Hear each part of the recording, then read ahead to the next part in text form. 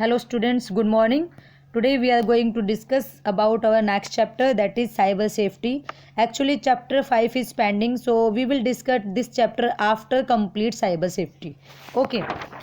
What is cyber safety? Actually मैंने आपका ये टॉपिक इसलिए डिस्कस किया है बिकॉज ये काफ़ी इंटरेस्टिंग है और इसीलिए हम पहले ये वाला चैप्टर करेंगे, उसके बाद हम चैप्टर 5 को देखेंगे.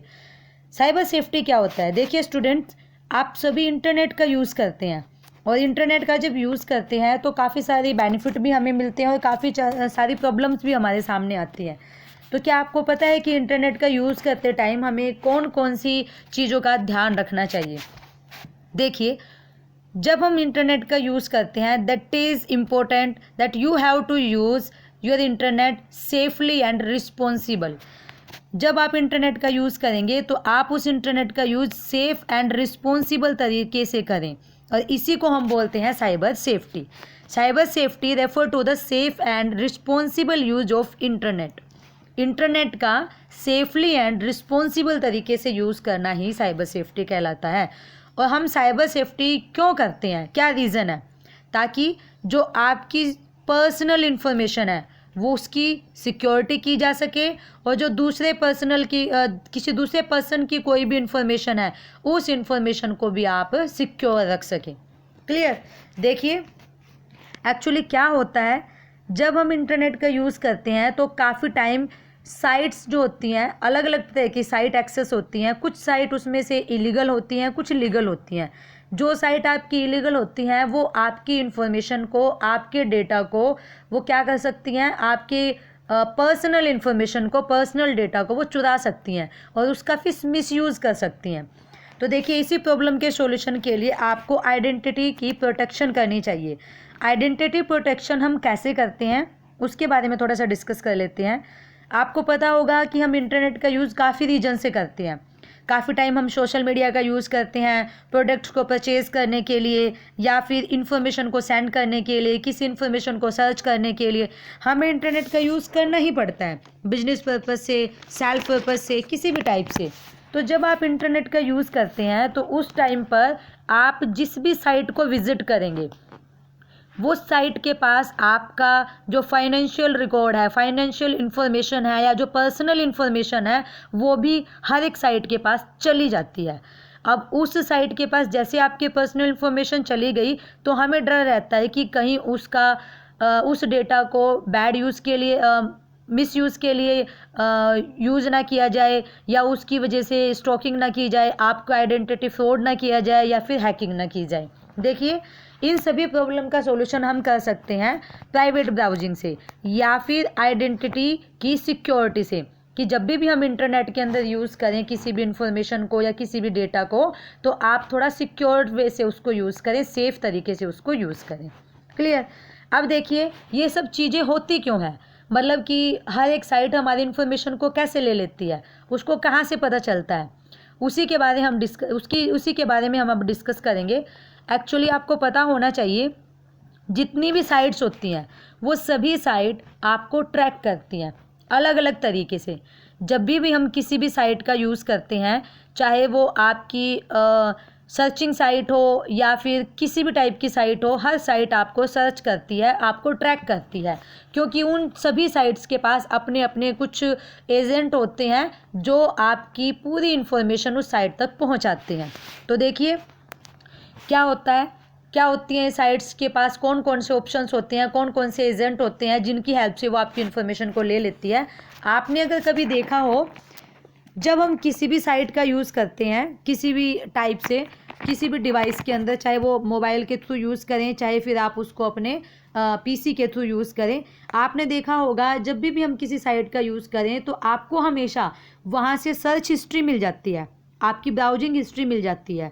तो वो ब्राउजिंग हिस्ट्री उस साइट के पास कहाँ से आई? ऑब्वियस है कि उसके पास कोई ना कोई एजेंट या कोई ना कोई रेफरल होगा जिसकी वजह से वो आपके डेटा को क्या करती है, फॉलो करती है, आपको फॉलो करती है, आपके पूरे डेटा को वो क्या कर लेती है, अपने पास ले लेती है और फिर वो साइट को भेज देती है.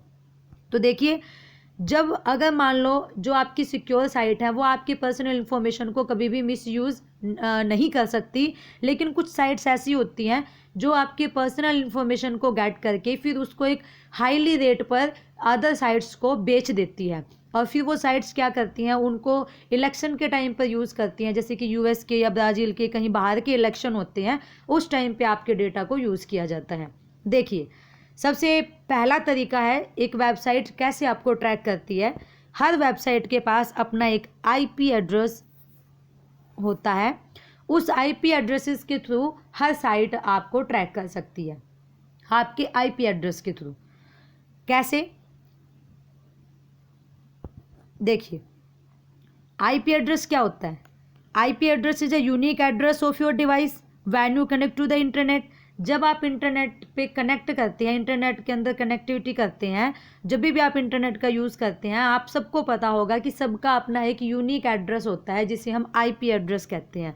अब देखिए, मान लो आप अपने कंप्यूटर किसी दूसरे डिवाइस के साथ कनेक्ट होते हैं, किसी भी चीज़ के थ्रू, वाईफाई या ब्लूटूथ वटेवर, तो आपका जो आईपी एड्रेस होता है वो उस दूसरे डिवाइस के पास चला जाता है और उस डिवाइस के थ्रू आपका जो जोग्राफिकल लोकेशन है, आपकी जो लोकेशन है, उसको भी फाइंड आउट किया जा सकता है with the help of your IP address. Clear? तो सबसे पहला तो ऑप्शन क्या है, जैसे आप किसी साइट को विजिट करेंगे तो उसके पास आपका आईपी एड्रेस चला जाएगा और जिसकी हेल्प से वो आपको ट्रैक कर सकती है। Done. Second is cookies. Cookies and tracking script. Cookies क्या होती हैं? Cookies are small text file on your computer storing the small piece of information. Cookies कुछ छोटी छोटी टेक्स्ट फाइल होती हैं जो आपके छोटे छोटे इन्फॉर्मेशन को, आपके छोटे छोटे डेटा को क्या करती हैं, स्टोर करके रखती हैं। That means to say cookies are the small piece of information. क्या होती हैं cookies? Small piece of information होती हैं जो आपके डेटा को स्टोर करती हैं, छोटे छोटे डेटा को। कैसे डेटा को? आपने अगर कभी देखा हो, जब भी हम इंटरनेट का यूज़ करते हैं, मान लो आपने ऑनलाइन बैंकिंग यूज़ की, तो आपका जो लॉगिन आईडी है आपको अगेन एंड अगेन नहीं डालनी पड़ती। आप ओनली उसका फर्स्ट वर्ड डालेंगे तो नीचे पूरा डेटा आ जाता है। तो वो इन्फॉर्मेशन कहाँ से आई? वो एक्चुअली जो कुकीज़ है उसने स्टोर कर ली ताकि आपको आगे हेल्प मिले।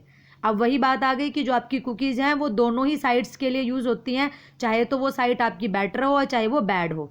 जो साइट अच्छी होंगी, जो आपकी लीगल साइट होंगी, वो अपने डेटा को मिसयूज़ नहीं करेंगी, आपके डेटा को मिसयूज़ नहीं करेंगी। लेकिन जो साइट्स आपका, जिनका काम ही ये है कि डेटा को स्टोर करना और किसी दूसरे पर्सन को बेच देना, किसी दूसरी साइट्स को बेच देना, किसके लिए? मिसयूज़ के लिए। उनकी कुकीज़ क्या करेंगी? उनका भी काम तो सेम ही है, उसके डेटा को स्टोर करके एंड वेबसाइट तक पहुंचाना, पर वो साइट आपके डेटा को मिसयूज़ कर सकती हैं। तो जो कुकीज़ एक्चुअली हमारे पास होती हैं वो 2 टाइप्स की होती हैं। एक तो होती है आपकी first party and the second one is third party cookies. First party cookies कौन सी होती हैं? These are the cookies that store your login ID and password when you fill the information. देखिए, जब भी हम इंटरनेट का यूज़ करते हैं, मान लो आपने कोई भी अपनी आईडी या पासवर्ड डाला, चाहे वो सोशल मीडिया आईडी पासवर्ड हो या बैंक डिटेल से रिलेटेड कोई भी आईडी पासवर्ड हो, आपने देखा होगा वन टाइम पासवर्ड आईडी डालने के बाद वो नेक्स्ट टाइम अपने अंदर उस डेटा को स्टोर कर लेता है। तो वो स्टोर कहाँ से होता है? वो कुकीज़ होती हैं जो आपके उस डेटा को स्टोर करती हैं। वो होती हैं आपकी फर्स्ट पार्टी कुकीज़, जो क्या करती हैं? आपकी लॉगिन आईडी एंड आपके पासवर्ड को सेव करके रखती हैं। Done. Second is third party cookies. ये कुकीज़ कौन सी होती हैं? These cookies are store your history, search history and your browsing history. आपने देखा होगा, आप कोई भी चीज़ सर्च करके उसकी हिस्ट्री में जाके उसकी पूरी इन्फॉर्मेशन ले सकते हैं। आपने कब कब कौन कौन सी साइट को ओपन किया, कौन कौन से पेज को ओपन किया। तो जो सर्च हिस्ट्री होती है वो कहाँ स्टोर होती है? वो आपकी थर्ड पार्टी कुकीज़ के अंदर स्टोर होती है। क्लियर? समझ आ गया? फर्स्ट पार्टी क्या करती है? आपका जो लॉगिन आईडी और पासवर्ड है वो इन्फॉर्मेशन को सेव करती है एंड थर्ड पार्टी कुकीज़ आपकी जो हिस्ट्री है, ब्राउजिंग हिस्ट्री है, उसको वो स्टोर करके रखती है। डन। थर्ड, अब हम बात करते हैं HTTP रेफरर। HTTP रेफरर क्या होता है? ये आपका वो HTTP रेफरर है जब हम किसी साइट के साथ लिंक पे क्लिक करके किसी साइट को ओपन करते हैं तो वो लिंक के थ्रू आपकी इन्फॉर्मेशन को गेट कर लेता है। When you click on a link, your browser load the web page linked to it and tells the website where you came from. मतलब अगर मान लो आप किसी भी लिंक पर क्लिक करेंगे, जैसे कि हम मान लो इन्फॉर्मेशन ही सर्च कर रहे हैं गूगल का यूज़ करके, तो उस पर बहुत सारे लिंक ओपन होते हैं और बहुत सारी अलग अलग साइट्स के लिंक होते हैं। आप किसी भी लिंक पर जैसे ही क्लिक करेंगे तो क्लिक करते ही आपका जो पूरी इन्फॉर्मेशन है, क्योंकि आपने क्या किया हुआ है, आपकी आईडी भी बनी हुई है जिसके थ्रू आप एक्सेस कर रहे हैं इंटरनेट को, तो आपकी पूरी की पूरी इन्फॉर्मेशन कहाँ चली जाएगी, उस वेबसाइट के पास चली जाएगी। क्लियर। जैसे ही वो पूरी वेबसाइट के पास आपकी इन्फॉर्मेशन जाएगी तो वो इन्फॉर्मेशन फिर वो वेबसाइट ईजिली वे से यूज़ कर सकती है। आपका नेम, आपका आईपी एड्रेस या फिर आपकी लॉगिन आईडी, ये पूरी इन्फॉर्मेशन उस साइट के पास चली जाएगी with the help of only a link. Clear. तो ये जो काम होता है वो लिंक के थ्रू, अगर मान लो आपकी पूरी इन्फॉर्मेशन किसी साइट के पास जाती है तो वो वो लिंक कहाँ से बने होते हैं, आपके HTTP रेफरल से। Clear. Next one is super cookies. Super cookies आपका क्या होता है, देखिए कुकीज़ अभी अभी हमने दो पढ़ी थी, एक आपकी फर्स्ट पार्टी कुकीज़ एंड एक थर्ड पार्टी कुकीज़। इनके बारे में एक इन्फॉर्मेशन मैं आपको बताना भूल गई। जो first party and third party cookies है, आप जब भी किसी भी साइट की सेटिंग में जाएंगे तो वहाँ आपको मिलेगा एक ऑप्शन सेटिंग के अंदर, block the cookies, block the first party या थर्ड पार्टी कुकीज़। आप वहाँ से अपनी कुकीज़ को ब्लॉक कर सकते हैं, जिससे फिर आपकी जो इन्फॉर्मेशन है या फिर आपका जो लॉगिन आईडी और पासवर्ड है वो आपके कंप्यूटर के अंदर सेव नहीं होगा। Next is super cookies. Super cookies आपकी क्या होती हैं, ये भी आपकी कुकीज़ ही होती हैं, मतलब स्मॉल पीस ऑफ इंफॉर्मेशन ही होती हैं, बट ये जो सभी कुकीज़ की प्रेसिडेंट होती हैं, मतलब सबसे बड़ी कुकीज़ होती हैं। और ये कुकीज़ वो होती हैं जो एक बार आपके कंप्यूटर में स्टोर हो गई, उसके बाद ये किसी भी तरीके से ना ब्लॉक होंगी ना डिलीट होंगी। Super cookies are come back even after you delete them. आप उनको डिलीट भी कर दें वो तब भी वापस आ जाएंगी। ओके। और ये एक जगह स्टोर नहीं होती है, मल्टीपल जगह पर स्टोर होती हैं। जो जैसे कि आपकी फ्लैश कुकीज़ हैं, एग्जांपल है सुपर कुकीज़ के, सिल्वर लाइट कुकीज़ है, या फिर आपकी ब्राउजिंग हिस्ट्री कुकीज़ है, HTML5 लोकल स्टोरेज कुकीज़ हैं। ये जो कुकीज़ हैं ये कैसी होती हैं, आप इनको डिलीट कर दें या ब्लॉक कर दें, ये again and again again and again आपके कंप्यूटर के अंदर बनती रहती हैं। Clear. Next and last one is user agent. User agent क्या होता है, it is also sends a user your browser also send a user agent every time you connect when you connect to a website.